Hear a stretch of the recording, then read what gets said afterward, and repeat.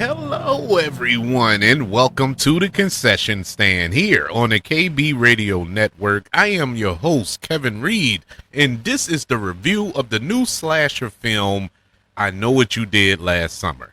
And I know it sounds crazy for a lot of people, like, new. That movie came out in 1997, Kevin.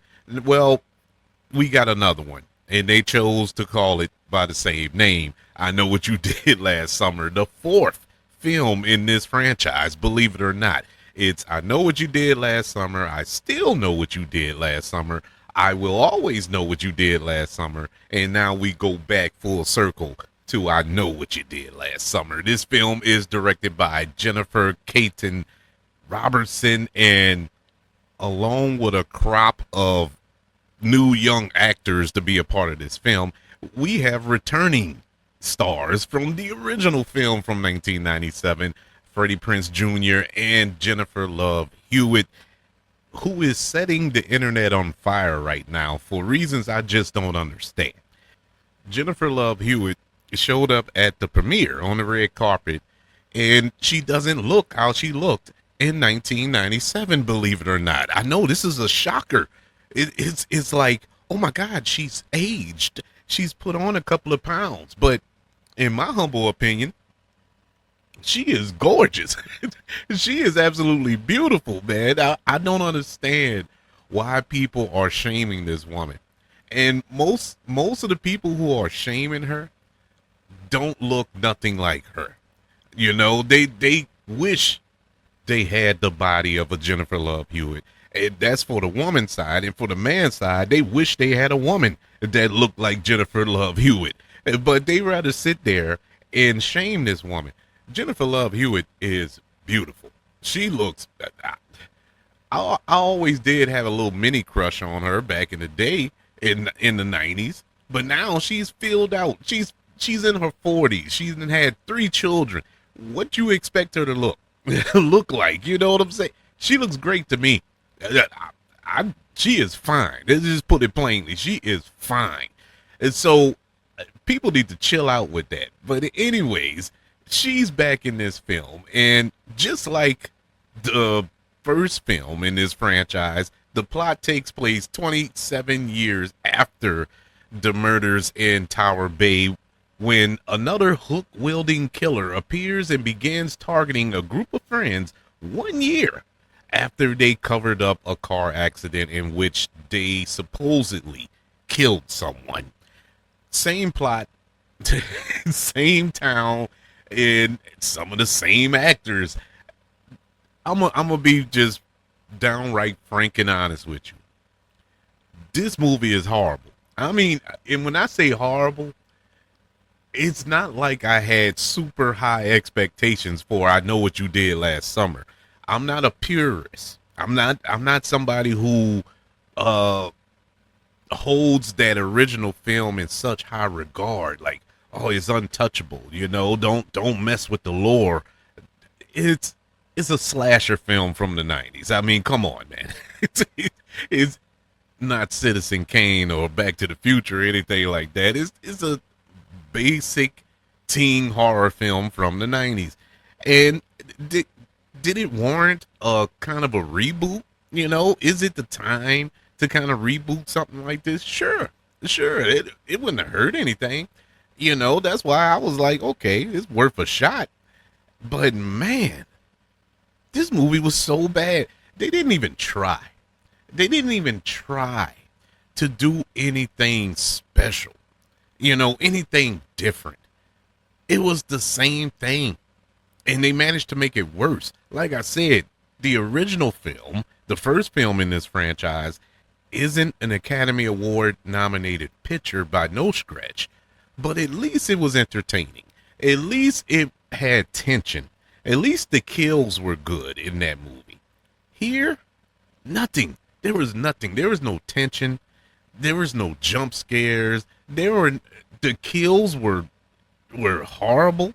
You know, when you go to see a film like this, you don't go for the plot, you don't go for the acting, and you don't even go for the direction here, but you basically go to see the innovative kills. You know, how how is somebody going to be vanquished in this film? For example, you look at the Final Destination films. The Final Destination films are what they are. But what keeps that franchise pumping and successful is the new ways they find to kill somebody. And I know that sounds so wrong, but it's the truth. That's the movies. These are the movies that you go see for that. These were the lamest kills I have ever seen in a movie. Nothing shocked me. Nothing wowed me. It was just lame. So lame. The acting in this movie is some of the worst acting I've seen. This was CW level acting. You know what? I take that back. And I apologize to all the actors and actresses who have shows on CW because I didn't mean to insult you like that. This was worse than that. This was like a table read, you know? It's like they sat around the table and just read lines to each other. And that's how it displayed on screen. There was no emotion behind the delivery of these lines by anybody. It was maybe one or two scenes, but that was from the veteran actors who are seasoned and know better. But I say that, but in this young cast, you have Madeline Klein, who I've seen in a lot of things, and she was good in a lot of things that I've seen her in. It's like she went back in time, and like she first started out and don't know how to act. I know you know how to act, and so it's got to be the movie. Sue Wonders, seen her in what was that movie with Pete Davidson? I can't remember the name of it right now. But Bodies. The movie was alright, but she was good in it. Pete Davidson was good in it. She can act. I don't know what happened here. I don't know if it was the screenplay or what. Speaking of that, the screenplay. What did they do? This was so Chat GPT. You cannot tell me it wasn't. This was horrible. The same person who wrote this film also wrote Thor: Love and Thunder. If that don't tell you what all you need to know in regards to this movie, I don't know what else to tell you. This was so poorly directed, written, acted. I don't know why it came out in summer. I don't know why it came out in theaters. I could have seen this on Prime Video or Netflix or something like that. That's what this is worthy of. In the theater? No, you're taking up valuable screens in the movie theater with this movie. And I hate to go so hard on this movie because all movies are hard to make, even the bad ones. A lot of work goes into making a 2 hour or an hour and 30-minute film. And so I respect the filmmakers who put films together. But this movie, midway through, honest to God, I'm not lying. I'm not exaggerating or anything. This is what ran through my mind midway through this film. Are they purposely trying to make a bad movie? I had to ask, and I asked myself that question 3 times in this movie.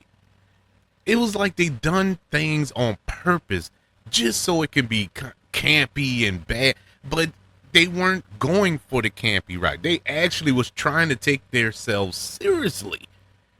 Had they went full camp, I would have accepted it more. I probably would have stood up and cheered. That's fine. But no, they actually tried to take themselves seriously. And it just fell flat as a boulder at the bottom of the ocean. It's regrettable. Freddie Prinze Jr., Jennifer Love Hewitt being a part of this film, I get the intention.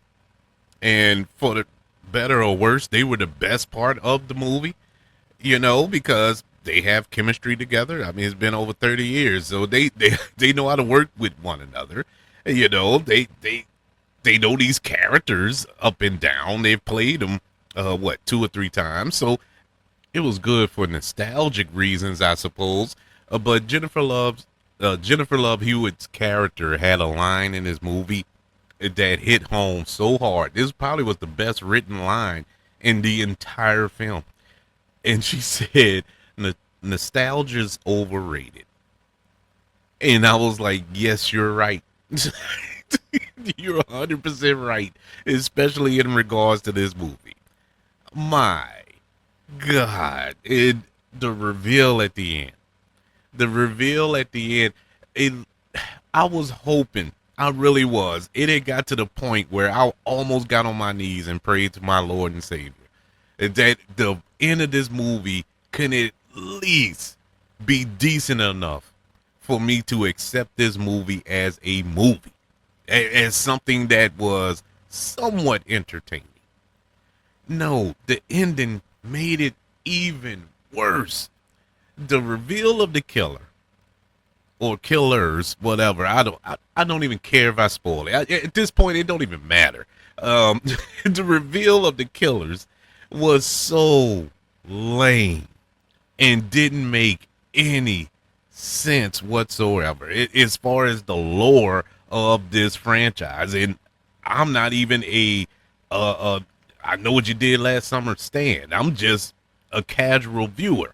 But even I was kind of offended by the fact that how do you betray these characters like this? It's like you did this for shock value. You just to wow the audience, but you didn't wow anybody because it was like you knew this was the case.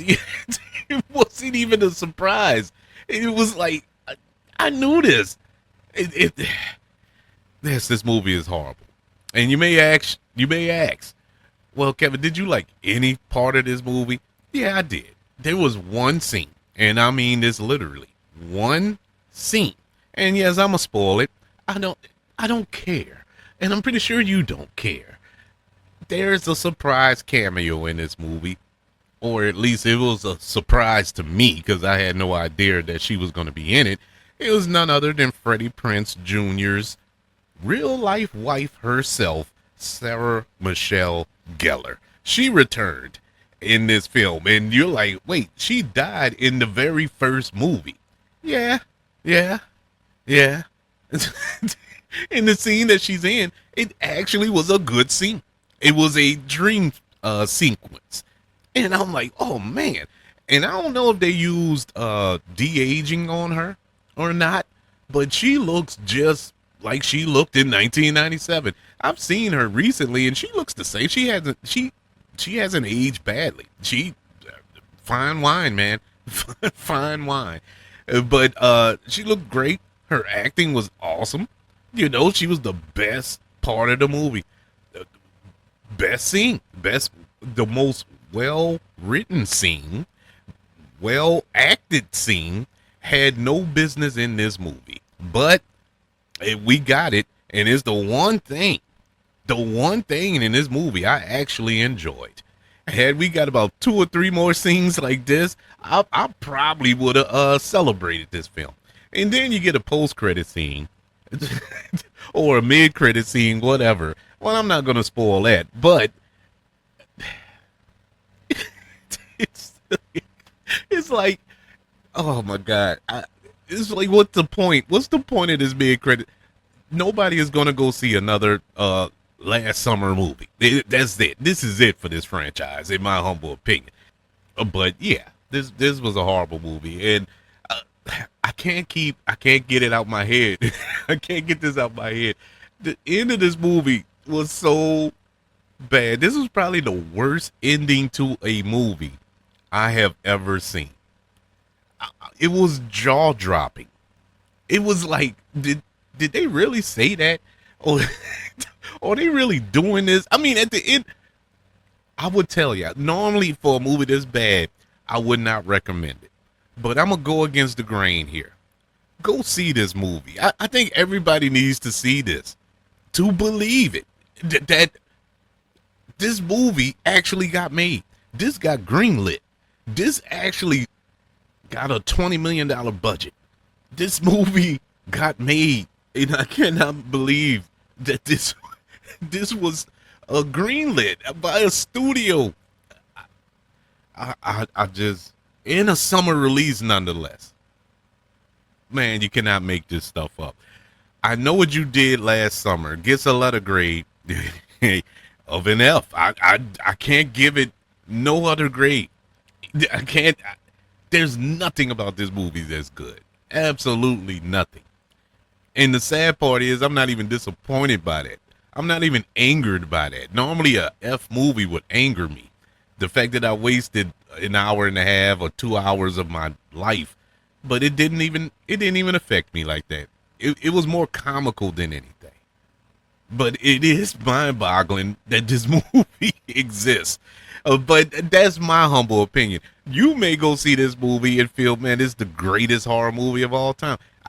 Look, like I always say, film is subjective. You know, what works for me may not work for you. What works for you may not work for me, or vice versa. However, you know, that's how movies work. That's how anything works. Music, styles of clothes, fashion, and all that good stuff. Everybody has different tastes, but I don't see nobody liking this. I don't see how anybody could like this movie. But if you're one of the few that actually do, I would love to hear from you. Email the show, kbradiopodcast@gmail.com. You can also search for the show on all social media platforms. Just search for the KB Radio Network. Don't forget about YouTube. Subscribe to the KB Radio Network channel and like this video if you don't mind. Don't forget about the 5 stars, the reviews, and sharing this show if you're listening on Apple Podcasts, Spotify, iHeartRadio, wherever you are currently listening to the Concession Stand here on the KB Radio Network. Everybody, thank you for joining me for this glowing review of I Know What You Did Last Summer. I want you all to know that I love you, continue to love everyone, and until we speak again, you all be blessed.